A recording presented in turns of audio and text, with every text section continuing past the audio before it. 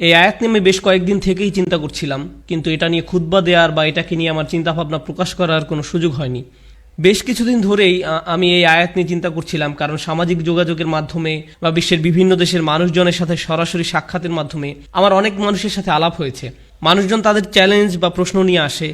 আপনাদেরকে আমি প্রথমে কি ধরনের আলাপচারিতার কথা বলছি সে সম্পর্কে কিছুটা ধারণা দিয়ে তারপর কেন আমি এই আয়াতটা আমাদের সকলের মনে রাখা উচিত সেটা জানাতে চাই। আমরা এখন এমন এক সময়ে বাস করছি যখন আমরা অনেক বিভ্রান্তির ধাঁধায় পড়ে আছি। আমাদের সকলের অনেক প্রশ্ন আছে। উদাহরণস্বরূপ, মানুষ অনেক কঠিন পরীক্ষার মধ্য দিয়ে যাচ্ছে তাদের ব্যক্তিগত জীবনে। যখন একজন বিশ্বাসী তার দিন সম্বন্ধে খুব ভালোভাবে জানে এবং তার আল্লাহর কিতাব সম্পর্কে জানে এবং তার অনুধাবন করে সেই প্রশান্তি, আন্তরিক পরামর্শ এবং আল্লাহর কিতাব যে উপশম প্রদান করে, তার প্রেরিত নবী সাল্লাল্লাহু আলাইহি ওয়াসাল্লাম সুন্নত থেকে যা পাওয়া যায়, তখন তার আল্লাহর দিনে প্রশান্তি পায়। কিন্তু এখন আমরা এক অদ্ভুত সময় বাস করছি। আমরা এটাকে তথ্যের যুগ বলি, কিন্তু আমাদের বেশিরভাগই আমাদের নিজেদের ধর্ম সম্বন্ধে বেশি কিছু জানি না। আমরা সত্যিই জানি না কিভাবে আমাদের কিতাব এবং আমাদের বিশ্বাস এবং আমাদের ধর্মগ্রন্থ আমাদের উপশম দিতে পারে। এটা কিভাবে আমাদের কঠিন সময় সাহায্য করতে পারে। যখন এমনটা ঘটে তখন আমরা শয়তানের সহজ শিকারে পরিণত হই। যখন মানুষ কঠিন সময়ের মধ্য দিয়ে যায় তখন শয়তান তাদের কাছে সকল প্রকারের চিন্তা নিয়ে আসে। ধরুন কেউ অসুস্থ, সে হাসপাতালে এবং সে সব ধরনের ওয়াসওয়াসা পাচ্ছে বিশ্বাসের ব্যাপারে। কদরকে নিয়ে প্রশ্নের মুখোমুখি হচ্ছে। মানুষ চাকরি হারিয়ে ফেললে, বিয়েটা সুখকর না হলে, লেখাপড়ার ক্ষেত্রে মুশকিল দেখা দিলে, আপনি যে সমস্যার মধ্যে দিয়ে যান না কেন, বা স্বাস্থ্য সংক্রান্ত কিছু হতে পারে, এমন ক্ষেত্রে প্রশ্ন করতে শুরু করা খুব সহজ। আল্লাহ কি আদৌ আমাকে ভালোবাসেন? তিনি কেন আমার সাথে এমন আচরণ করছেন? আমার কি দোষ ছিল যে আমি এই সমস্যায় পড়ব? আমি এত দোয়া করলাম, আল্লাহ তাতে সাড়া দিলেন না, সে কোনো পরোয়াই করলেন না। আমি পুরো রমজান মাস প্রার্থনা করলাম, এমনকি উমরাও করলাম। আমি এখনো দোয়া করছি যে আমার সন্তানকে আরোগ্য দিন, আমার এই সমস্যা দূর করে দিন, কিন্তু আমার সেই সমস্যা তো এখনো আছে। এসব আপনার ব্যক্তিগত জীবনে, এবং এটাই যথেষ্ট কঠিন। উপরন্তু সারা দুনিয়ায় একটা সংকটকাল চলছে। উদাহরণস্বরূপ, আপনাদের অনেকের পরিবার সিরিয়ায় আছে, বা সারা দুনিয়ায় সিরিয়ার মতো জায়গায়, যে জায়গাগুলো পুড়ছে, যেখানে পরিবার নিরাপদ নয়, সন্তানেরা নিরাপদ নয়, যেখানে সব ধরনের মানবিক বিপর্যয় ঘটে চলছে এবং মানুষ মারা যাচ্ছে। ব্যাপারটা অনেকটাই যেন রাসূল সাল্লাল্লাহু আলাইহি ওয়াসাল্লামের বাণীকে পূর্ণ করার জন্য, যে হত্যাকারী জানবে না যে সে কেন মারছে, আর যাকে হত্যা করা হচ্ছে সেও কারণটা জানবে না। এমন এক সংকটময় পরিস্থিতিতে অনেক মানুষ প্রশ্ন করা শুরু করে যে কেন আমরা ব্যক্তিগত জীবনে তো বটেই, এমনকি সারা দুনিয়ায় পাগলাটে ঘটনা ঘটে চলছে। এই সব কিছুতে আল্লাহ কোথায়? তিনি কি এইসব সমস্যা দূর করতে পারেন না? এমন তো না যে আমরা দোয়া করছি না। কুনুতে নাজিলা প্রতি রাতেই সারা দুনিয়ায় মসজিদে পড়া হচ্ছে। আল্লাহুম্মা সুরিল ইসলাম ওয়াল মুসলিমিন, আইজিল ইসলাম ওয়াল মুসলিমিন। মুসলিমদের সহায়তা করুন, ইসলামকে সহায়তা করুন, মুসলিমদের শক্তি দিন, ইসলামকে শক্তি দিন। হে আল্লাহ, আমাদের দিনের শত্রুদের বিরুদ্ধে শক্তি দিন। মনে হচ্ছে যে শত্রুরা দিন দিন আরো শক্তিশালী হচ্ছে আর বেশি বেশি করে রক্তপাত ঘটাচ্ছে। সেই মুহূর্তে কোনো ব্যক্তি তার ধর্ম নিয়ে খুবই হতাশ হয়ে যায় এবং চিন্তা করা শুরু করে এসবের কোনো মানে হয় না। আমি কেন দোয়া করব? কিছুই তো বদলাবে না।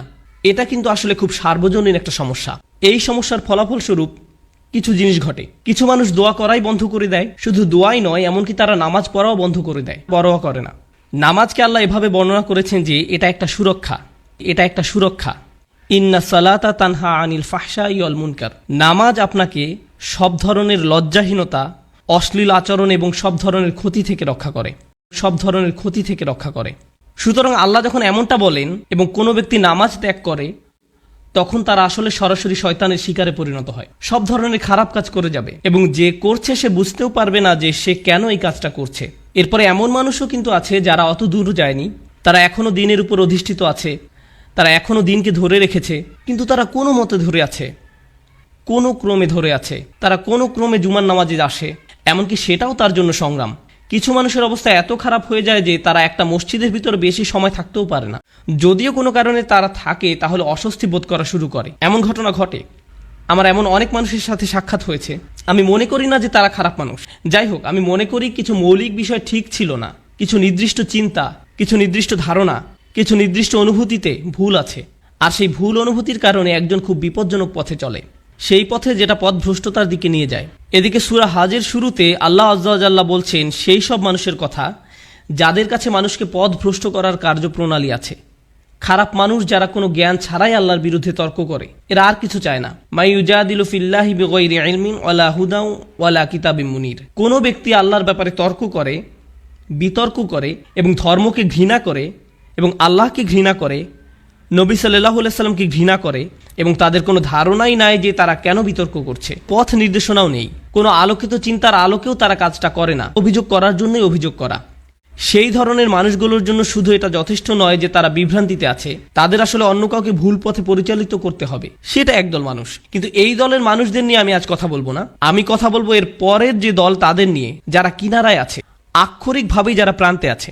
কুরআন তাদেরকে এইভাবে বর্ণনা করছে, অমিনান্নাসি মাই ইয়াবুদুল্লাহি আলা হার। আমি এটার এভাবে অনুবাদ করব যে মানুষের মধ্যে এমন কেউ আছে যে আল্লাহর উপাসনা করে একদমই কিনারায়। তারা আল্লাহর উপাসনা করে কিন্তু পর্বতের একদম খারাপ প্রান্তে। এর অর্থ কি? এর অর্থ হলো কিছু সময় এখানে, কিছু সময় সেখানে পড়ে যাওয়ার জন্য প্রস্তুত। তাদের বিশ্বাস যথেষ্ট স্থির নয়, তারা তাদের উপাসনায় যথেষ্ট স্থিতিশীল নয়, তারা অনড় নয়। তাদের মনে এমন প্রশ্ন আছে যার উত্তর তার জানা নেই, অমীমাংসিত আবেগ। সুতরাং সেটা কিভাবে প্রদর্শিত হয়? আল্লাহ নিজে বলেন, ফাইন আসাবাহু খায়রুন আতবাআন্না বিহি। যখন ভালো কিছু তাদের আসে, যদি জীবনে ভালো কিছু ঘটে, তাহলে তারা ভালো থাকে। ঠিক আছে, ঠিক আছে, আল্লাহ আসলে এই দুয়াটা শুনেছেন, সুতরাং আমি এখন নামাজ পড়তে পারি, আমার ভালো লাগছে। ওয়া ইন আসাবাহু ফিতনাতুন, যখন তারা কোনো ফিতনার সংস্পর্শে আসে। ফিতনা শব্দের অর্থ হলো কোনো ধরনের পরীক্ষা, কোনো কিছু যেটা তাদের বিশ্বাসকে পরীক্ষা করে। সুতরাং আল্লাহ খাইরের বিপরীত শব্দ শার ব্যবহার করেননি, এখানে শব্দটি হবে শার। সুতরাং আপনি হয়তো আশা করছিলেন যে আল্লাহ বলবেন ফা ইন আসাবাহু খায়রুন ইতমাআন্না বিহি ওয়া ইন আসাবাহু শাররুন। না, ওয়া ইন আসাবাতহু ফিতনাতুন। কেন এই শব্দটি গুরুত্বপূর্ণ? কারণ আল্লাহ আমাদেরকে জানাচ্ছেন, যখন আপনার খারাপ কিছু ঘটে, তখন শুধু আল্লাহ আপনার বিশ্বাসকে পরীক্ষা করছেন। আল্লাহ শুধু দেখতে চান আপনি কি বিশ্বাস করেন এক আল্লাহকে, যে আপনাকে তখনও ভালোবাসেন, যিনি তখনও আপনাকে গুরুত্ব দেন, তখনও তিনি আর রহমান, তখনও তিনি আর রাজেক, তিনি তখনও আপনার সব কিছুর যোগান দিয়ে যাচ্ছেন, আপনার যত্ন নিয়ে যাচ্ছেন, যদিও আপনি তা দেখতে পান না, যদিও আপনার মনে হচ্ছে যেন আপনার সামনে সমস্যার স্তূপ।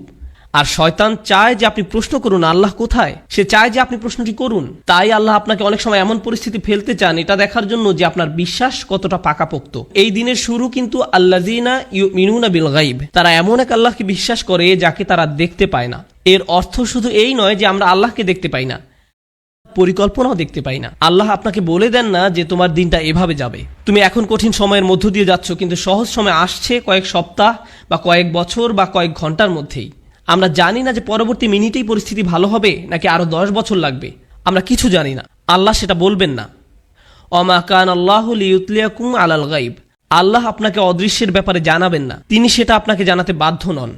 আল্লাহ শুধু আপনাকে বলছেন তাকে বিশ্বাস করতে, শুধু আপনাকে বলছেন তাকে বিশ্বাস করতে, তাকে বিশ্বাস করতে যে আপনি নিজেকে কতটা ভালোবাসেন, আল্লাহ আপনাকে তার চেয়েও বেশি ভালোবাসেন। আপনাকে শাস্তি দিয়ে, যন্ত্রণা দিয়ে তার কোনো লাভ নেই, তার কোনো লাভ নেই। মা ইয়াফআলুল্লাহু বিআযাবিকুম, আপনাকে শাস্তি দিয়ে আল্লাহর কি লাভ? আপনি কেন ভাবেন যে আল্লাহ আপনাকে পাকড়াও করতে চান? আল্লাহ নিজে আক্ষরিক অর্থেই এই প্রশ্ন করেছেন।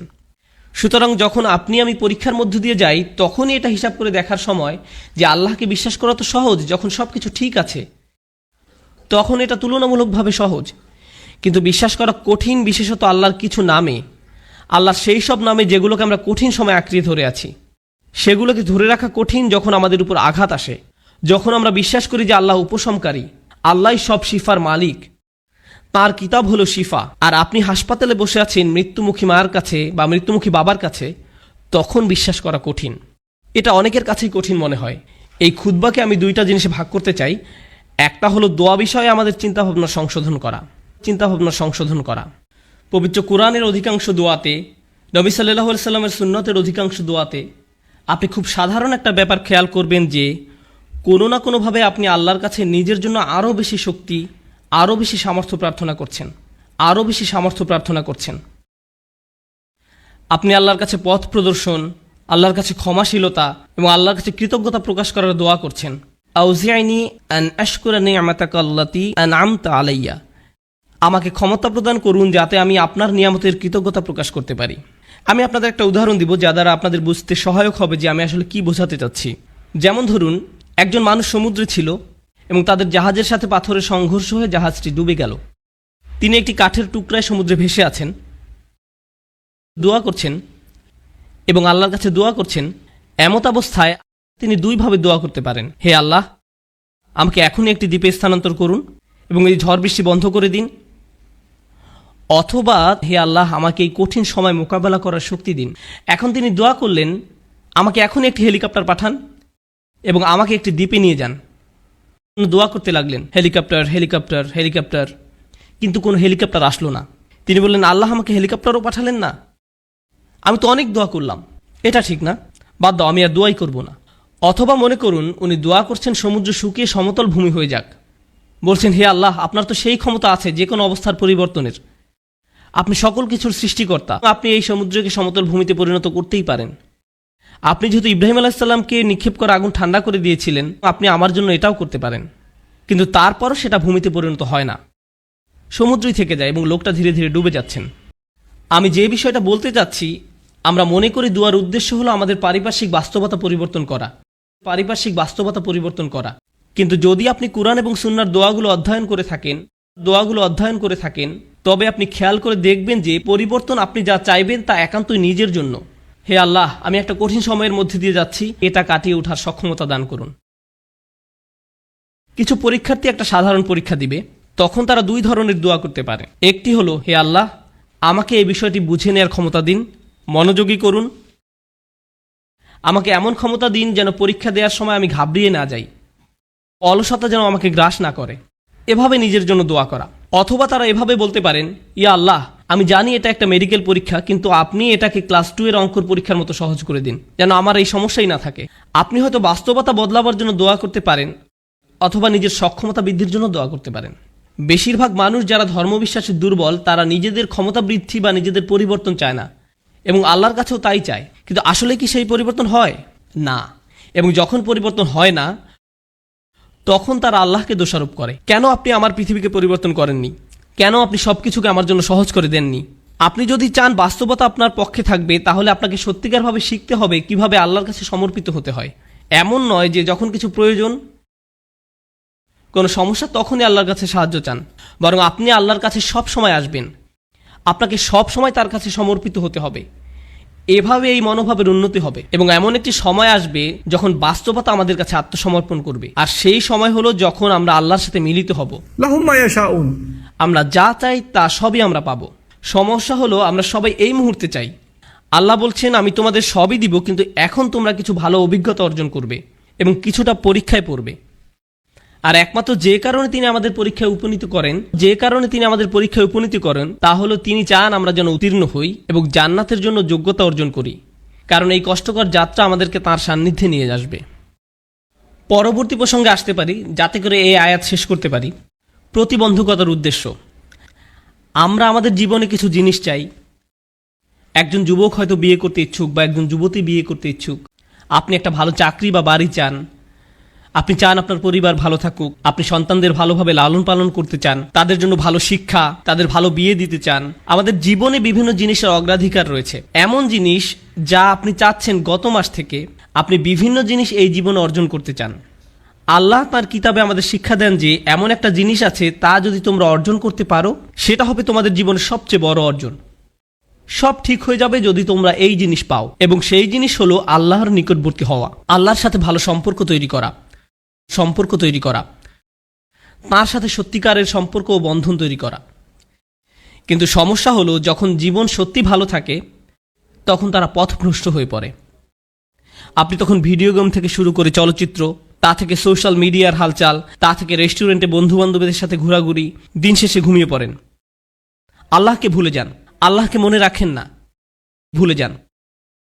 এরপর যখন কঠিন সময় আসে, তখন বন্ধুরা আর সাথে থাকে না, খেলাধুলা ভালো লাগে না, গাড়িটাও ভালো লাগে না, কারণ স্বাস্থ্য নষ্ট হয়ে গিয়েছে। আর যখন শরীর অসুস্থ হয়ে পড়ে, কোনো কিছুই আর ভালো লাগে না, খালি তখন মনে হয় যে আমি কখন হাসপাতালের থেকে ছাড়া পাবো। ইস, আমি যদি আবার হাঁটতে পারতাম। মানুষজন আপনার পছন্দের খাবার আনবে, আপনি খেতে যাচ্ছেন না।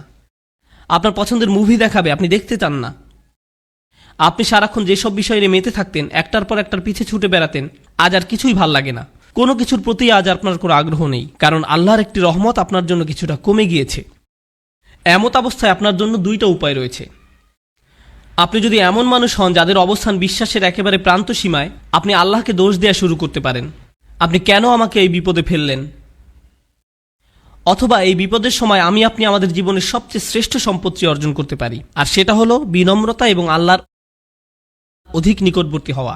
এভাবে আত্মোপলব্ধি করা যে যখন আমি সুস্থ এবং সম্পদশালী ছিলাম, সব কিছু ঠিক ছিল, তখন আমি বুঝতে পারিনি যে তখন একজন আমাকে সব কিছু প্রদান করে যাচ্ছিলেন। আল্লাহ আমাকে প্রতি মুহূর্তে যোগান দিয়েছিলেন। আমি এর কোনো কিছুরই যোগ্য ছিলাম না। এজন্যই আল্লাহ সুবহানাহু ওয়া তাআলা বলেন, উলাইকা লাহুম নাসিবুম মিম্মা কাসাবু। উলাইকা লাহুম নাসিবুম মিম্মা কাসাবু। আল্লাহ ফাদলের কথাও বর্ণনা করেছেন, অবতাগু মিন ফাদলিল্লাহ, আল্লাহর অনুগ্রহ তালাশ করো। আপনি কিছু উপার্জন করতে পারেন না, আপনি যা কিছুই পান তা আপনার প্রতি আল্লাহর অনুগ্রহ মাত্র, কিন্তু সময় থাকতে বুঝতে পারেননি, কারণ আপনি এটা সহজেই পেয়েছিলেন। আপনি আল্লাহর কাছে অনুনয় বিনয় করে চাইতে থাকেন, কান্নাকাটি করেন এবং এমনভাবে প্রার্থনা করতে থাকেন যেভাবে পূর্বে কখনো করেননি, যেভাবে আগে কখনো অনুভব করেননি, এবং অতঃপর আল্লাহ আপনাকে সুস্থ করেন। তারপর আপনি অনুধাবন করেন হাসপাতালে সেই একান্ত মুহূর্তগুলো, সেইগুলোই ছিল আপনার গোটা জীবনের শ্রেষ্ঠতম সুমিষ্ট সময়। জীবনের সেই সামান্য সময়গুলোতেই আপনার এবং আল্লাহর মাঝে আর কিছু ছিল না। সেই মিষ্টি মুহূর্তগুলো আপনাকে আখিরাতে রক্ষা করে দিতে পারে। এই মুহূর্তগুলি হতে পারে সবচেয়ে বড় পুরস্কার যা আল্লাহ আপনাকে দিয়েছেন। যখন সময় কঠিন হয়ে যায়, ওয়া ইন আসাবাতহু ফিতনাতুন ইনকালাবা আলা ওয়াজহিহি, এবং যদি কোনো পরীক্ষায় পড়ে তখন মুখ ঘুরিয়ে নেয়। তার মানে কি? তার মানে আমি আল্লাহর কাছে কিছুই চাই না।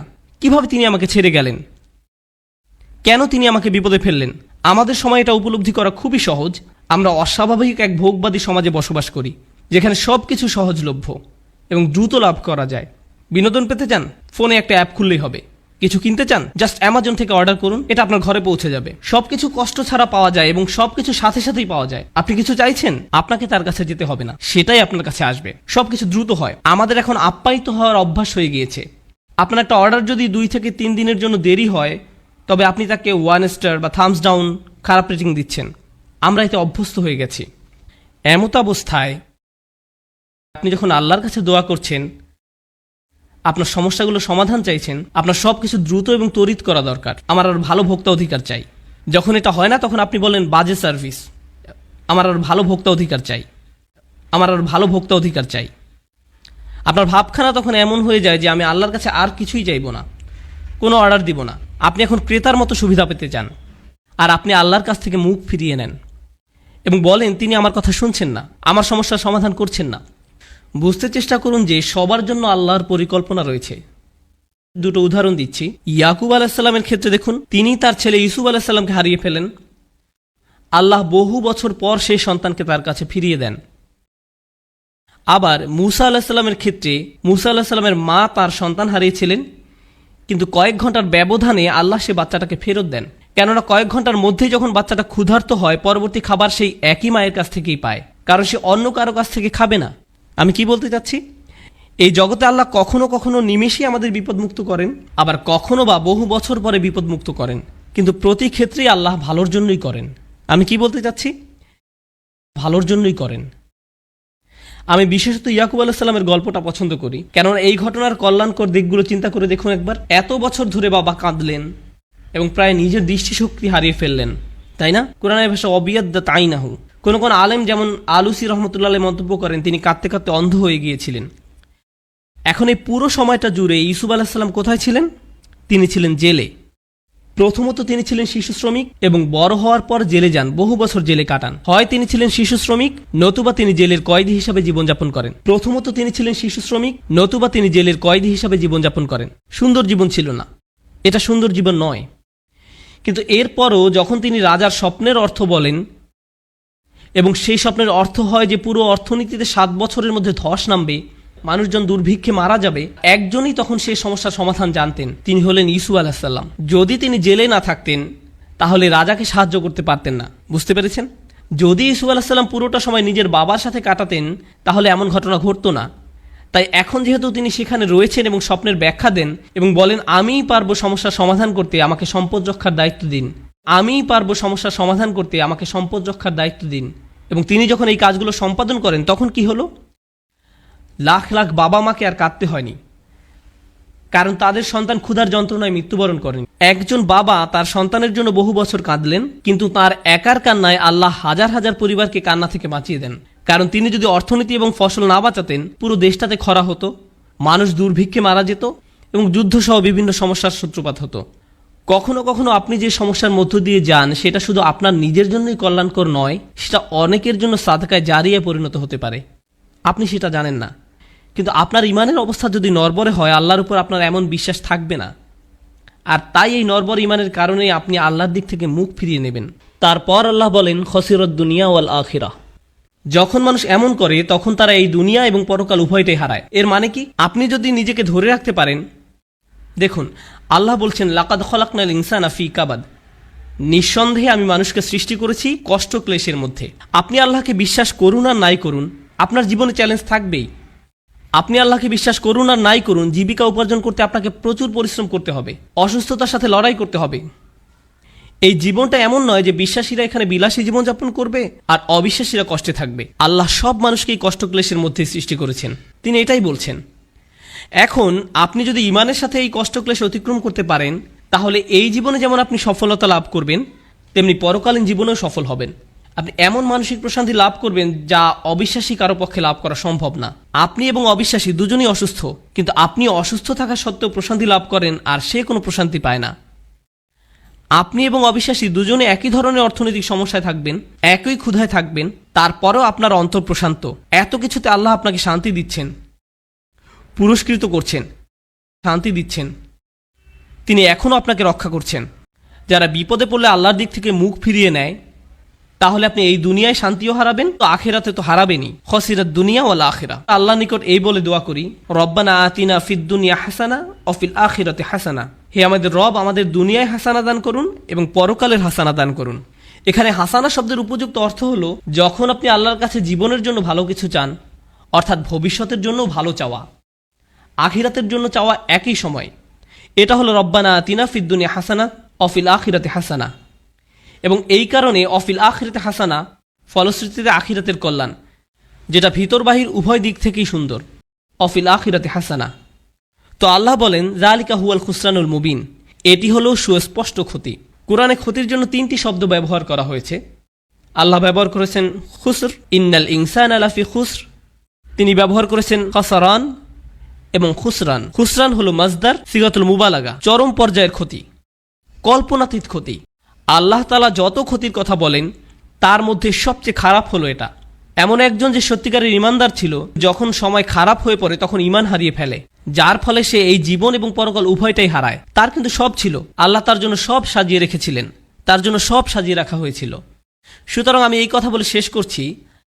আল্লাহ আজ্জা ওয়া জাল্লা বর্ণনা করেন আল্লাযীনা ইয়ারিসুনাল ফিরদাউস, তারা ফিরদাউসের উত্তরাধিকার লাভ করবে।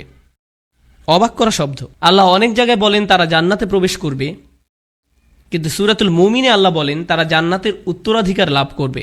আপনারা জানেন উত্তরাধিকার হলো তা যা আপনি আপনার পূর্বপুরুষের কাছ থেকে পেয়ে থাকেন।